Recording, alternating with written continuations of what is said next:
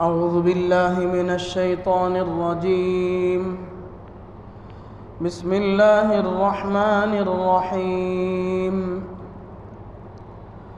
وظللنا عليكم الغمام وأنزلنا عليكم المن والسلوى كلوا من طيبات ما رزقناكم وما ظلمونا ولكن كانوا أنفسهم يظلمون.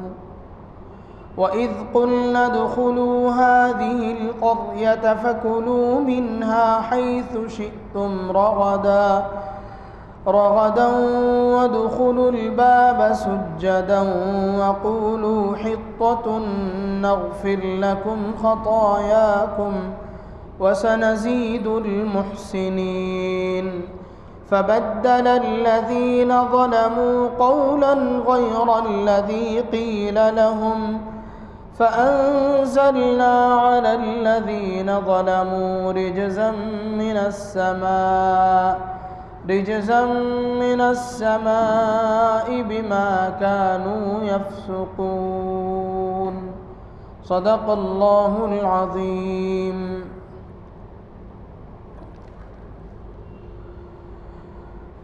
وظللنا عليكم الغمام وأنزلنا عليكم المن والسلوى، اور سایہ کیا ہم نے تم پر ابر کا اور اتارا تم پر من و سلوہ. کلوا من طیبات ما رزقناکم، کھاؤ پاکیزہ چیزیں جو ہم نے تم کو دیں. وما ظلمونا ولكن كانوا انفسهم يظلمون، اور انہوں نے ہمارا کچھ نقصان نہ کیا بلکہ اپنا ہی نقصان کرتے رہے. وَإِذْ قُلْنَا ادْخُلُوا هَذِهِ الْقَرْيَةَ، اور جب ہم نے کہا داخل ہو جاؤ اس شہر میں. فَكُلُوا مِنْهَا حَيْثُ شِئْتُمْ رَغَدًا، اور کھاتے پھرو اس میں جہاں چاہو فراغت سے. وَادْخُلُوا الْبَابَ سُجَّدًا، اور داخل ہو جاؤ دروازے میں سجدہ کرتے ہوئے. وَقُولُوا حِطَّةٌ، اور کہتے جاؤ بخش دے. نغفر لکم خطایاکم، تو معاف کر دیں گے ہم تمہارے قصور. وَسَنَزِيدُ الْمُحْسِنِينَ، اور زیادہ بھی دیں گے نیکی کرنے والوں کو. فَبَدَّلَ الَّذِينَ ظَلَمُوا قَوْلًا غَيْرَ الَّذِي قِيلَ لَهُمْ، پھر بدل ڈالا ظالموں نے بات کو خلاف اس کے جو کہہ دی گئی تھی ان سے. فَأَنزَلْنَا عَلَى الَّذِينَ ظَلَمُوا رِجْزًا مِّنَ السَّمَاءِ بِمَا كَانُوا يَفْسُقُونَ، پھر اتارا ہم نے ظالموں پر عذاب آسمان سے ان کی حکم عدولی پر. ان آیات میں بھی جیسا کہ پہلے بتلایا گیا تھا کہ ابھی بہت دور تک پارے کے ختم سے کچھ پہلے تک اللہ تبارک و تعالی بنی اسرائیل پر جو انعامات اللہ تبارک و تعالی نے فرمائے ہیں ان انعامات کا تذکرہ فرماتے جا رہے ہیں، اور یہ سلسلہ بہت آگے تک جائے گا. ہوا یہ ہے کہ بنی اسرائیل حضرت یوسف علیہ السلام کے ساتھ ملک شام سے ملک مصر میں داخل ہوئے حضرت یوسف علیہ السلام کے زمانے میں، اور ملک شام سے ملک مصر میں داخل ہوئے اور یہیں رہتے رہے، اور اس کے بعد کئی نسلیں ان کی یہیں رہیں. یہاں فرعون کا، اس زمانے کے فرعون کسی خاص بادشاہ کا نام نہیں ہے بلکہ فرعون مصر کے بادشاہوں کا لقب ہے. جیسے قیصر ہے، کسریٰ ہے، یہ سب اپنے اپنے علاقے کے بادشاہوں کے القاب ہیں. تو فرعون بھی اس زمانے کا جو فرعون تھا، اس زمانے کا مصر کا جو بادشاہ تھا اسے بھی فرعون کہا جاتا ہے، نام اس کا الگ ہے. میں پھر کسی موقع سے اس کا نام کا بھی ذکر کروں گا جہاں تفصیلات آئیں گی. تو فرعون نے ان کو ستانا شروع کیا. فرعون ستاتا رہا حضرت موسیٰ علیہ السلام کے زمانے میں. جیسا کہ آپ حضرات کے سامنے یہ تفصیلات گزر چکی ہیں کہ اس سے کہہ دیا گیا تھا کہ ایک لڑکا پیدا ہونے والا ہے تمہاری حکومت میں جو تمہارے لیے خطرناک ثابت ہوگا. تو اسی وقت سے اس نے لوگوں کو، مردوں کو قتل کرنا شروع کیا، اور جو نرینہ اولاد تھی پیدا ہوتی تھی اسے قتل کر دیتا تھا، اور جو بچیاں پیدا ہوتی تھیں انہیں چھوڑ دیتا تھا۔ اور پھر حضرت موسیٰ علیہ السلام اللہ کا کرنا ہوا کہ اسی کے گھر میں پلے بڑے، اور پھر اللہ نے حضرت موسیٰ علیہ السلام کو نبوت سے سرفراز فرمایا، نبوت عطا فرمائی، اور حضرت موسیٰ علیہ السلام نے دعوت دینا شروع فرمایا۔ تو موسیٰ علیہ السلام کے ساتھ بہت سارے لوگ، ایک بڑی قوم حضرت موسیٰ علیہ السلام کو ماننے والی تیار ہو گئی، لیکن فرعون چونکہ وہ خدا کا دعوے دار تھا، خدائی کا دعوے دار تھا، اپنے آپ کو خدا کہتا تھا۔ ایسا بہت کم واقع ہوا ہوگا کہ لوگ دوسروں کی تو پوجا کرتے تھے، ایک ایسا شخص جس نے اپنے آپ کو خدا کہا، اور خود کو خدا کہنے کے ساتھ ساتھ جو لوگ اللہ کی عبادت کرتے تھے انہیں طرح طرح سے ان کو ستاتا تھا۔ چنانچہ حضرت موسیٰ علیہ السلام کے قوم کے ساتھ اس نے بہت ہی ناروا سلوک کیا۔ پھر اللہ تبارک و تعالیٰ نے حضرت موسیٰ علیہ السلام کی قوم سے ان کو نجات دیتے ہوئے، جب یہ لوگ وہاں سے نکل کر کے گئے، سامنے سمندر آیا، اللہ تبارک و تعالیٰ نے اپنی قدرت سے سمندر میں راستے کھول دیے موسیٰ علیہ السلام کے قوم کے لیے، اور پیچھے جو فرعون کا لشکر آیا، فرعون بھی غرقاب ہوا، اس کی قوم بھی ڈوب مری۔ اس کے بعد یہ لوگ جب بچ نکلے وہاں سے، اس فرعون کی مصیبت سے اللہ نے بالآخر ان کو نجات دی۔ تو اب اللہ تبارک و تعالیٰ نے حضرت موسیٰ علیہ السلام کے قوم، اس وقت کی جو بنی اسرائیل ان کے ساتھ تھی، ان لوگوں کو یہ حکم دیا کہ تمہارا اصل وطن تو ملک شام ہے، اس لیے تم بیت المقدس ملک شام میں ہے، وہاں چلے جاؤ، تم اپنے علاقے کو چلے جاؤ۔ مصر تو تم لوگوں نے ہجرت کر کے تم لوگ یہاں آئے ہوئے تھے، اب تم اپنے علاقے کو چلے جاؤ۔ مصر اور شام، جسے ایجپٹ کہتے ہیں اور اسے سیریا کہتے ہیں آج کل کی زبان میں، ان دونوں کے درمیان میں جو فاصلہ ہے، جو ڈسٹنس ہے، وہ تقریباً آج کے حساب سے، میپ کے حساب سے 1180 پر 1 کلومیٹر، 81 کلومیٹر کا رقبہ ہے، اس کی مسافت ہے۔ تو یہ لوگ یہاں سے نکلے، اللہ کا حکم ہوا، یہ لوگ یہاں مصر سے نکلے اور ملک شام کی طرف لوگ چل رہے تھے۔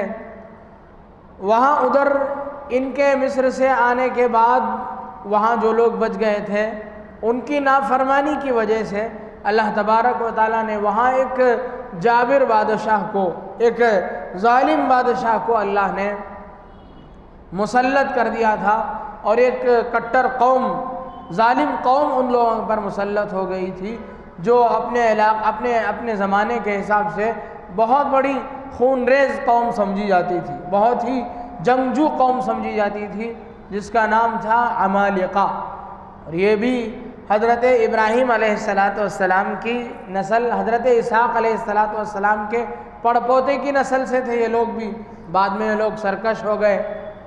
یہ لوگ چلتے رہے، چلتے چلتے جب قریب پہنچے ملک شام کے، تو معلوم ہوا کہ وہاں بہت ہی جابر قوم کا تسلط ہے، بہت ہی جنگجو لوگ وہاں ہیں۔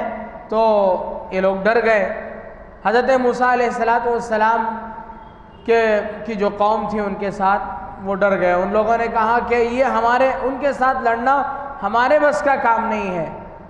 بس اتنا ہی نہیں، بلکہ ان لوگوں نے اسے اچھے انداز سے معذرت کر سکتے تھے، لیکن ان لوگوں نے دوسرے انداز سے حضرت موسیٰ علیہ السلام سے تکلم کیا، ان سے پیش آئے، ان سے گفتگو کی، کہا کہ اذهب انت وربك فقاتلا، جاؤ تم بھی اور تمہارا اللہ بھی لڑو، یہ ہمارے بس کا کام نہیں ہے۔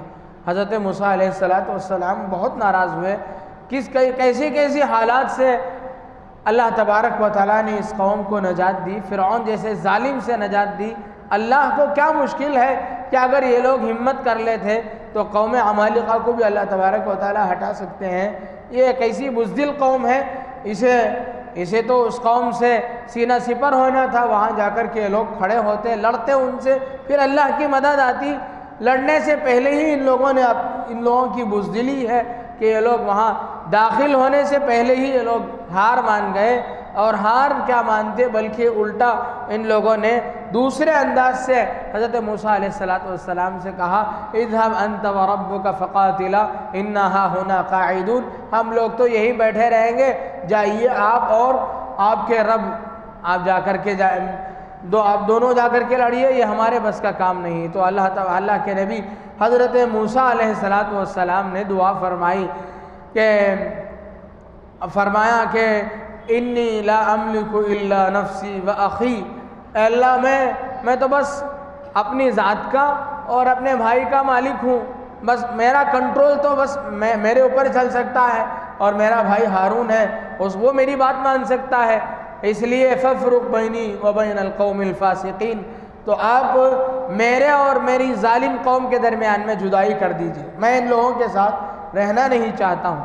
چنانچہ حضرت موسیٰ علیہ السلام کی اس بد دعا کا اثر تھا، اللہ تبارک و تعالیٰ نے ان لوگوں پر مصیبت نازل فرمائی۔ روایات میں آتا ہے کہ جس علاقے سے یہ گزر رہے تھے اس علاقے کو جزیرہ نما سینا کہتے ہیں، ایک جزیرہ نما ہے جس کے نیچے پورے 3 حصے میں بحر احمر ہے، اور یہ مصر کا حصہ سمجھا جاتا ہے، تو مثلث یعنی تکون میں یہ ایک جزیرہ ہے جس کا نام ہے جزیرہ نما سینا، اسی میں تھے، اور ایک ایسے میدان میں یہ لوگ پہنچے تھے کہ ابھی کچھ ہی فاصلے پر اگر لوگ چلتے، کچھ فاصلے پر ملک شام میں داخل ہو سکتے تھے، لیکن اللہ تبارک و تعالیٰ نے ان پر یہ مصیبت نازل فرمائی کہ وہ لوگ اب اس کے بعد اللہ نے کہا کہ 40 سال تک یہ لوگ یہیں رہیں گے، اللہ کا فیصلہ نازل ہو گیا کہ اب 40 سال تک ان کو یہیں رہنا ہے۔ کیسا میدان تھا، نہ کوئی درخت تھا، ریگستان تھا پورا کا پورا، کوئی درخت نہیں، کوئی کھانے پینے کا سامان نہیں، اللہ نے فیصلہ فرما دیا کہ ان کو سزا دینا ہے۔ چنانچہ اسی علاقے میں ان لوگوں کو رکھا گیا۔ کیسے رکھا گیا؟ روایت تفسیر کی کتابوں میں لکھا ہے کہ یہ لوگ چلتے جب رات کو کسی مقام پر پہنچتے تو رات کو سوچتے کہ اب آرام کر لیں گے، صبح کو اٹھ کر کے پھر چلیں گے، تو اللہ تبارک و تعالیٰ ان کو وہیں پہنچا دیتے جہاں سے یہ لوگ چلے تھے۔ اللہ کی قدرت میں کسی چیز کی کوئی کمی نہیں ہے، اللہ تبارک و تعالیٰ ساری چیزوں پر قادر ہے۔ تو اللہ نے ایسا ان کے ساتھ ایسا رویہ، ایسا برتاؤ کیا کہ یہ لوگ جہاں سے چلتے تھے بس وہیں رہ جاتے تھے، پھر رات کو جہاں پڑاؤ ڈالتے تھے صبح کو اٹھ کر کے دیکھے تو جہاں سے چلے تھے وہاں پہنچ گئے ہیں۔ پھر اس طریقے کا معاملہ ہوا، اور اس طرح ان لوگوں کو 40 سال تک 40 سنہ فرمایا اللہ تبارک یتیہون فی الارض، یہ 40 سال تک حیران و سرگردان پھرتے رہیں گے اسی سرزمین میں۔ سنا اسی لیے اس زمین کو، اس میدان کو، جس علاقے میں یہ لوگ تھے، اس میدان کو وادی تیہ کہا جاتا ہے، تیہ کا میدان، تاہا یتیہ، تیہن کے معنی ہے حیران سرگردان پھرنا، پریشان ہو کر کے پھرنا، اسے کہتے ہیں۔ تو اس میدان کا نام ہی یہ پڑ گیا بعد میں چل کر کے کہ میدان تیہ۔ تو یہ لوگ پریشان رہے۔ پھر اللہ تبارک و تعالیٰ سے حضرت موسیٰ علیہ السلام سے ان لوگوں نے درخواست کی کہ واقعی ہم سے چوک ہوئی ہے، آپ اللہ سے دعا فرما دیجئے کہ یہ مصیبت ہم سے ٹل جائے۔ اب حضرت موسیٰ علیہ السلام نے اللہ سے درخواست کی تو اللہ تبارک و تعالیٰ نے کہا کہ یہ فیصلہ تو ہمارا یہاں 40 دن کو ٹکانے کا ہو گیا ہے، البتہ ان سے مصیبت کی شکل کی جو چیز تھی وہ دور کر سکتے ہیں۔ چنانچہ یہ ہوا کہ اللہ تبارک و تعالیٰ نے ان پر یعنی بالکل کوئی سہارا نہیں تھا، کوئی سائبان نام کی کوئی چیز نہیں تھی، کوئی درخت نہیں تھا، ریگستان تھا، وہاں کیا درخت گھاس پھوس ہوتا، کچھ نہیں تھا۔ تو اللہ تبارک و تعالیٰ نے ان پر بادل کو بھیج کر کے ان پر بادل کو بھیجا ان پر، جس کے ذریعے سے ان پر سایہ پڑا۔ ایک بادل کو اللہ نے اپنے قدرت سے بھیجا، اسی کا تذکرہ ان آیات میں ہے۔ فرماتے ہیں وَظَلَّلْنَا عَلَيْكُمُ الْغَمَامِ کہ ہم نے ان پر سایہ کیا ابر کا. اللہ نے ابر کا ایک بڑا ٹکڑا بھیج کر کے ان پر سایہ کر دیا. پھر اب یہ لوگ گرمی سے بچنے لگے. اب کھانے پینے کی کوئی چیز نہیں تھی تو اللہ تبارک و تعالیٰ نے اس کا بھی بندوبست فرمایا. چنانچہ من اور سلوہ دو چیزیں ہیں جس کے بارے میں مختلف قسم کے اقوال ہیں. راجح قول اکثر کتابوں میں جو قول ہے وہ یہ ہے کہ من یعنی ایک قسم کی گوند تھی جسے ترنجبین کہتے ہیں. اس شکل کی کوئی گوند قسم کی میٹھی چیز, یعنی گوند جس میں شہد ملا دیا گیا ہو تو جس طرح میٹھی چیز بن جاتی ہے, اس طریقے کی دھنیے کی شکل میں چھوٹے چھوٹے پودوں پر صبح کو رات کو برستی تھی اور صبح کو جس طرح سردی کے موسم میں شبنم کے قطرے درختوں کے پتے پر رہتے ہیں, اس طریقے سے کوئی چیز آسمان سے اللہ تبارک و تعالیٰ نازل فرما دیتے تھے جس سے وہ لوگ جو ذائقہ دار ہوتی تھی, بہت ہی لذیذ ہوتی تھی وہ چیز, اللہ تبارک و تعالیٰ نے وہ نازل فرمائی جسے کہا جاتا ہے من. اور ایک چیز یہ تھی کہ اللہ نے ان کو سلوہ نازل فرمائی. سلوہ کہتے ہیں بٹیر کو. تیتر اور بٹیر پرندے ہم جانتے ہیں, تو بٹیر پرندہ اللہ نے ان کے ہاں بھیج دیا. بٹیر کے بارے میں مشہور ہے کہ وہ پرندہ زیادہ اونچائی پہ اڑتا نہیں ہے. ہم نے بھی دیکھا ہے کہ وہ بھگاتے ہیں تو بہت دور تک وہ زمین پہ ہی بھاگتا ہے, بہت دور جا کر کے اڑنے کی کوشش کرتا ہے, اور زیادہ اونچائی پہ اڑتا نہیں ہے وہ پرندہ, اور بہت جلد تھک بھی جاتا ہے. تو ایسا پرندہ اللہ نے ان کے حوالے کیا کہ تاکہ یہ لوگ آسانی کے ساتھ پکڑیں اور اس کا استعمال کریں. دونوں ایسے ایک دم لق و دق میدان میں اللہ تبارک و تعالیٰ نے حضرت موسیٰ علیہ السلام کی دعا سے اللہ نے معجزانہ طور پر یہ چیزیں نازل فرمائیں. بہت بڑا انعام و اکرام سمجھیے اسے, بہت بڑا احسان اللہ تبارک و تعالیٰ نے گویا کہ فرمایا. اور روایتوں میں آتا ہے کہ جب اللہ تبارک و تعالیٰ نے ان کو وہاں رکھنے کا فیصلہ فرمایا, ان چیزوں کا تو تذکرہ یہاں ہے, اور بھی بہت سارے احسانات اللہ نے فرمائے. کتابوں میں لکھا ہے کہ ان کے چونکہ 40 سال کا عرصہ ہے, بچہ ہے تو وہ اس کی عمر بھی بڑھتی رہے گی, اور جب جیسے جیسے وقت گزرتا جائے گا اس کا سائز بھی بڑھے گا. تو اللہ نے یہ احسان فرمایا کہ بچوں کے بدن پر جو کپڑے تھے ان کی عمر کے حساب سے ان کے کپڑے بھی بڑھتے گئے. یہ اللہ کی قدرت تھی.